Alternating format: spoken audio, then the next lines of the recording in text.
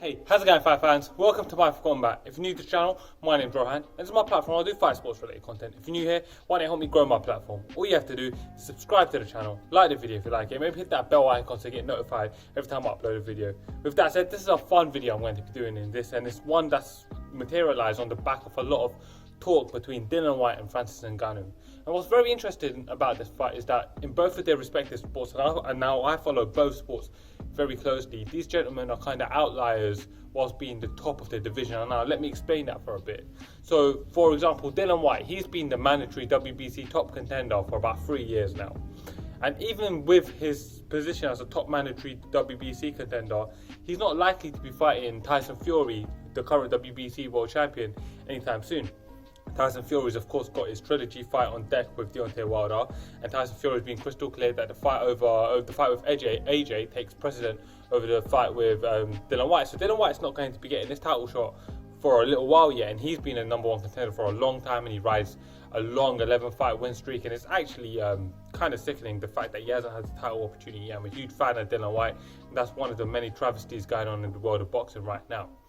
Francis Ngannou is in a similar position. Since losing 2 fights in a row to Stipe Miocic and of course the lackluster decision to Derek Lewis, he's gone on a 4-fight win streak. Now 4 first-round KOs over some very credible opposition. Now that might not sound like a lot to just those of you who just watch boxing, but that's a very, very impressive run that he's been on. And actually he's been a top contender now for a little while himself. And because of the ongoing situation between Daniel Cormier and Stipe Miocic, angling for a 3rd fight, and who knows when that's going to happen with the COVID situation, he's kind of left that as well. Now he tried to chase the fight with John Bones Jones, that didn't happen, poor negotiation tactics there, but it didn't play out, and now these both have started to turn their attention towards each other.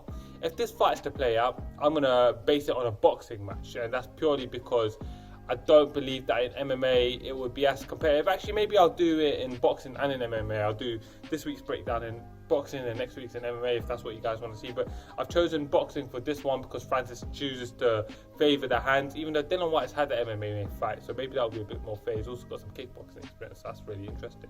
But because Francis favours the boxing, he favours the hands, and the kind of talk is around it being a boxing match. Francis himself has said that actually his original idea was for him to compete in boxing, not MMA, and he kind of just fell into MMA.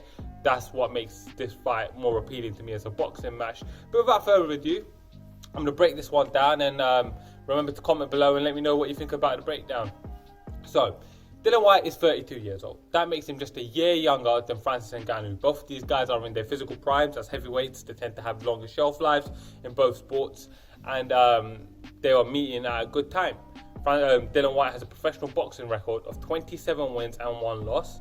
Obviously, Francis Ngannou will be making his debut in boxing, but as a mixed martial artist, he's got 15 wins and 3 losses, so he's an experienced fighter, just not in boxing. Now, here's something that's interesting I'm just going to throw in here.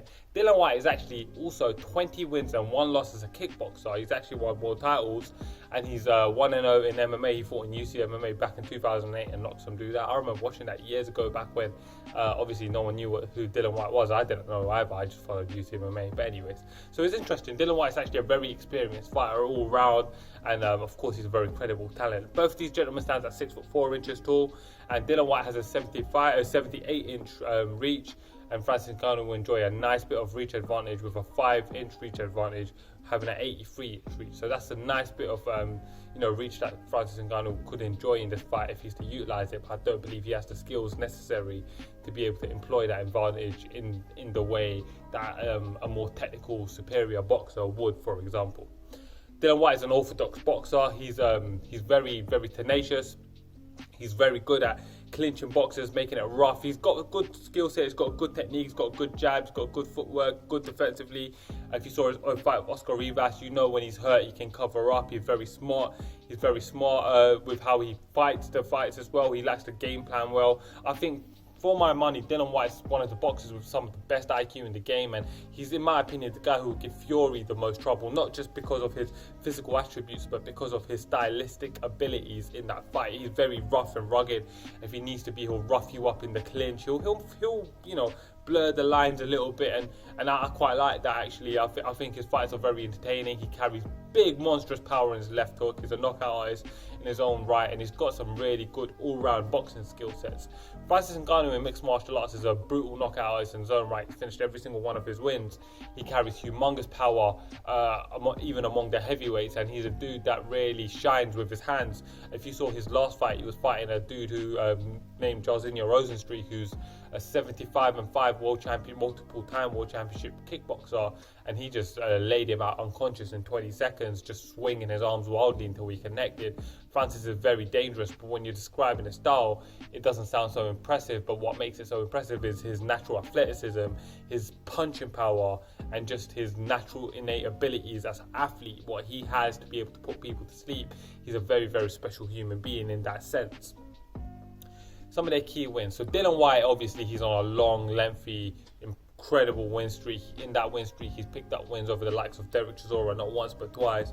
Current WBA mandatory Robert Helenius, he's actually beaten him. He's beaten Lucas Brown, who's 25-0 at the time, and he was, of course, the lineal WBA heavyweight champion after knocking out Ruslan Chagayev, if you will. That was, of course, an impressive win. He's taken out Joseph Parker after Joseph Parker lost the WBO belt to Anthony Joshua, just a fight removed from losing a unification fight, and then Dillian Whyte beat him up. Then, of course, since then, he's also taken out the 26-1 undefeated prospect, which is Oscar Rivas, and now he's scheduled to fight Alexander Povetkin in a fight which I very, very much favour him in. Francis Ngannou has got some really good wins as well over in the world of mixed martial arts. He's taken out the likes of Alistair Overeem, Andrei Arlovski, of course, Jairzinho Rosenstreich, which I mentioned earlier. He's beaten Curtis Blades not once but twice. He's beaten two former heavyweight champions in JDS and Cain Velasquez. Obviously, two of those in his current win streak. He's an incredible resume in his own right. Some of the issues for Dillian Whyte, I believe that was particularly a fight like this, will be that he won't know necessarily what he's getting into with Francis Ngannou. Francis Ngannou is a dude that, is kind of unpredictable in mixed martial arts, and being that it will be his boxing debut, not his fighting debut, so it's not like he's an inexperienced fighter, but in his boxing debut, he might be a bit difficult to predict. You couldn't really say for sure what he's going to do or what his skill set is going to be. So how does Dillian Whyte game plan for that? And in my opinion, Dillian Whyte has shown susceptibility in terms of his chin. Of course, we've seen him dropped by the likes of, we've seen him knocked out by Anthony Joshua, seen him dropped by Joe Parker, we've seen him dropped by Oscar Rivas, we've seen him hurt by Derek Chisora. These are all guys that hurt him, and I would venture that Francis Ngannou hits harder than all of those. Now, I know those are much superior, technically sound boxers than Francis Ngannou, but when it comes to punching power, Francis hits harder than all of them. And if Deontay Wilder can make his style work in boxing, then Francis can definitely find him. Obviously, the issue for Francis Ngannou is going to jump off is that he's not a boxer. He doesn't have the technical skill set necessary to mix it up with Dillian Whyte, particularly over 12 rounds. In MMA, we question his cardio. In 36 minutes, that's not going to be any easier. Do you know what I mean? If he can't finish Dillian Whyte, he's in big, big trouble.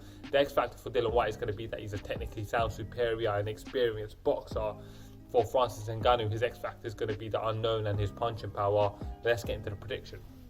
Actually, boxing-wise, this is a fun fight. I think Francis Ngannou's shown a great chin in the past, so he's not going to be like he's going to get put out. And whilst the obvious comparison is Floyd Mayweather, Conor McGregor, I don't think that this is really a likeable fight, just because Floyd Mayweather is probably the most defensively sound boxer of all time, and he was fighting Conor McGregor, who was an MMA boxer. At heavyweight, things are different.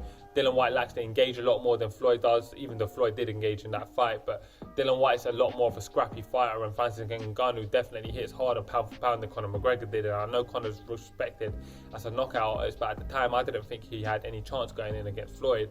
Obviously, this is a bit different. I think Francis Ngannou has got opportunities. I think Francis Ngannou can be wild, aka Wilder, and be messy, be unpredictable, and try to land that punch. Do I think he'll be able to do it? Absolutely not. Not in a boxing match. I think really highly of Dillian Whyte. I rate him as probably one of the best boxers in the world right now, and I think if he got a title opportunity, he would make some real noise. I think he might beat Tyson Fury, and I think he beats Anthony Joshua in a rematch.